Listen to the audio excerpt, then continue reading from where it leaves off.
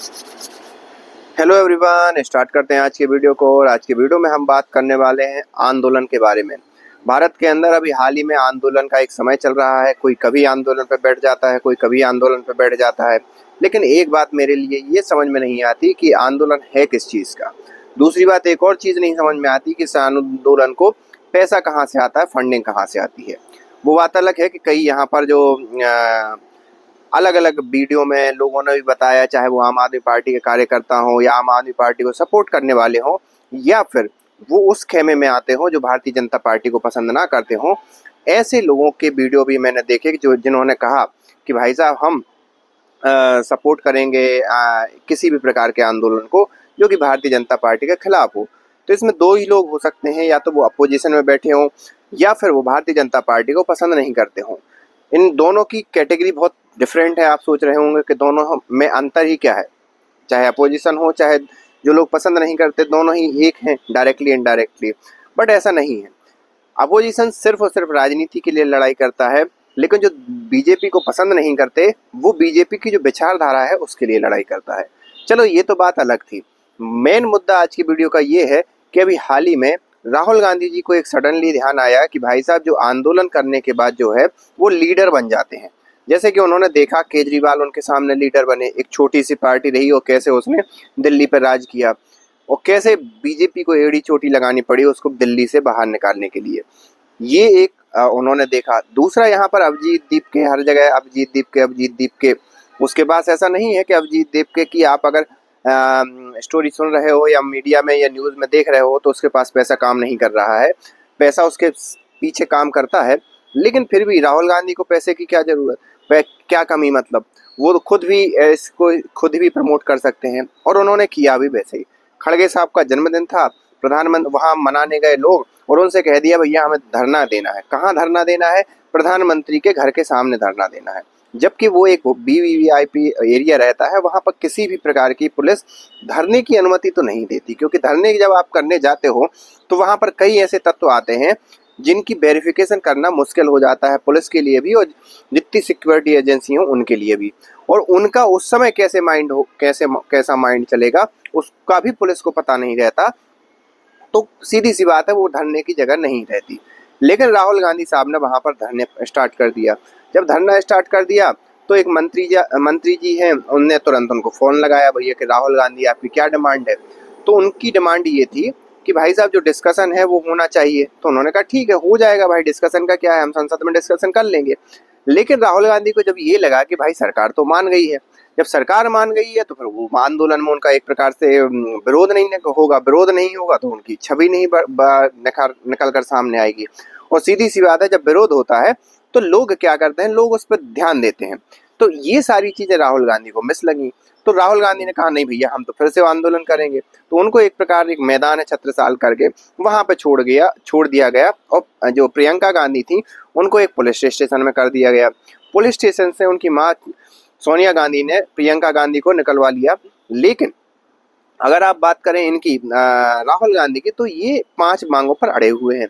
पहली मांग तो ये है कि भाई साहब जो हमारे वर्तमान के जो एजुकेशन मिनिस्टर हैं प्रधान साहब, उनका इस्तीफा होना चाहिए। दूसरी मांग ये है कि जितने स्टूडेंट पर जो क्रैकडाउन हुआ है उसके लिए प्रधानमंत्री माफ़ी मांगे। तीसरा एक उनकी जो मांग है ये है कि जितने भी जो रिपोर्ट या एफआईआर दर्ज हुई हैं या केस दर्ज हुए हैं, जितने भी स्टूडेंट या जो भी प्रोटेस्ट कर रहे थे उनके केस वापस लेने चाहिए। चौथी मांग ये है भाई साहब की संसद में चीज़ें आगे बढ़े। और पांचवी मांग ये है कि जो रिफॉर्म होना चाहिए एजुकेशन का वो होना चाहिए। तो आप समझ रहे हो, 2 आंदोलन हुए। पहले आंदोलन का भी अगर आप देखो तो अभिजीत दीप के साहब को जैसे ही जेपी नड्डा साहब ने बुला लिया मिलने के लिए, तो उन अभिजीत दीप के पास कुछ था ही नहीं। उन्होंने कहा भाई कुछ ज्ञापन होता है, जब आप मंत्री से बात करने जाते हो, सरकार से बात करने जाते हो, तो आपके पास कुछ मांगे तो होंगी, किस लिए प्रोटेस्ट कर रहे थे आप। तो उन्होंने कहा भैया कोई मांगे नहीं है।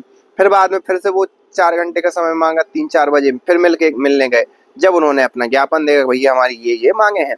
तो इस प्रकार से एक ऐसी प्रोटेस्ट स्टार्ट कर दो जिसका कोई एजेंडा ही ना हो, जिसका कोई दिशा ही ना हो, तो उस प्रोटेस्ट का हाल वही होता है जो वर्तमान में कॉकरोच जनता पार्टी की प्रोटेस्ट या कॉकरोच जनता पार्टी के संसद मार्च का हुआ।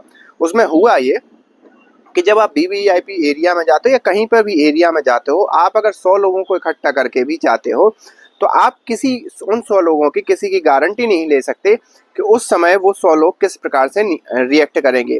और कॉकरोच जनता पार्टी के तो खुद के 100 लोग या खुद के विश्वस्त नहीं थे, खुद के विश्वस्त इसलिए नहीं थे क्योंकि कॉकरोच जनता पार्टी तो उनके जो दहिया साहब हैं उन तक को नहीं संभाल पाई। समझ रहे हो आप, उनको निकालना पड़ा, तो वो भी उनके विश्वस्त नहीं है, तो उनके वो 100 लोगों की गारंटी कैसे ले सकते हैं। और जब ऐसे 100 लोग गए वहां पर तो कई ने तो पुलिस का एक प्रकार से लिंचिंग करने की कोशिश की, पत्थर फेंके, और ऐसी स्थिति में जब काबू करने पे आती है पुलिस तो लाठी डंडे तो चलाई जाते, लेकिन इनका लाठी डंडे चलते हैं। अब फिर यहाँ पर गौर करने वाली बात यह है कि भाई साहब जो तस्वीरें आई हैं जो स्टूडेंट्स पर एक प्रकार से मारा गया, उन पर लाठी डंडे चलाए गए, उसको आप कैसे देखते हो? तो उसको भाई हम किसी हिसाब से नहीं देखते। मेन बात यह है कि आपको अपना काम का सॉल्यूशन चाहिए। सॉल्यूशन सरकार ने पहले ही दे दिया है, नीट एग्जाम कंडक्ट कराए और नीट एग्जाम कंडक्ट होने के बाद चीज़ें आगे बढ़ गई, एडमिशन तक स्टार्ट हो गया। फिर भी आप अगर प्रोटेस्ट कर रहे हो तो उसका कोई तुक नहीं बनता। आप अपोजिशन में हो फिर आप प्रोटेस्ट कर रहे हो तो करिए। और वहाँ पर जितने भी कार्यकर्ता हैं उनसे जब पूछा गया आप कौन हो तो कोई बोल रहे हैं हम समाजवादी पार्टी के जिला प्रमुख हैं, हम अपनी भीड़ लेके आए हैं, कोई बोल रहे हैं हम आम आदमी पार्टी के हैं। तो ये सारे कार्यकर्ता सारी पार्टियों के जो लोग हैं वो इकट्ठे एक दिन तो आ गए, लेकिन इन सभी लोगों को बुलाने का जो खर्चा होता है, उनको खाने की व्यवस्था, उनको ट्रेन की जाने की व्यवस्था, ये सारी करनी पड़ती है। और जब ये चीज़ें होंगी तो सीधी सी बात है फंडिंग की भी रिक्वायरमेंट होगी, और फंडिंग बार बार करना, पर डे करना थोड़ा सा डिफिकल्ट हो जाता है। किसी भी पॉलिटिकल पार्टी को डिफिकल्ट तो नहीं होता, मतलब सीधी सी बात है पैसा लगेगा तो आपको उसके हिसाब से आउटपुट दिखाना पड़ता है। अगर आउटपुट नहीं आया, आप चुनाव नहीं जीते तो पैसे लगाने का फिर कोई मतलब नहीं रह जाता। लेकिन फिर भी ये अभी आंदोलन की ये कहानी स्टार्ट हुई है, उसमें राहुल गांधी जी भी निकल कर सामने आए हैं।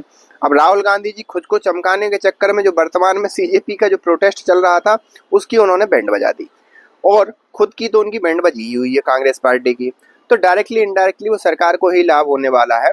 और रही बात FCRA बिल की जिससे सबको मिर्ची लग रही है, उसके बारे में वीडियो नेक्स्ट वीडियो में बनाने वाला हूँ, उसके बारे में नेक्स्ट वीडियो में चर्चा करने वाला हूँ। तब तक आप इस बारे में क्या सोचते हैं आप हमें कमेंट करके बता सकते हैं। मिलते हैं नेक्स्ट वीडियो में, तब तक के लिए थैंक यू।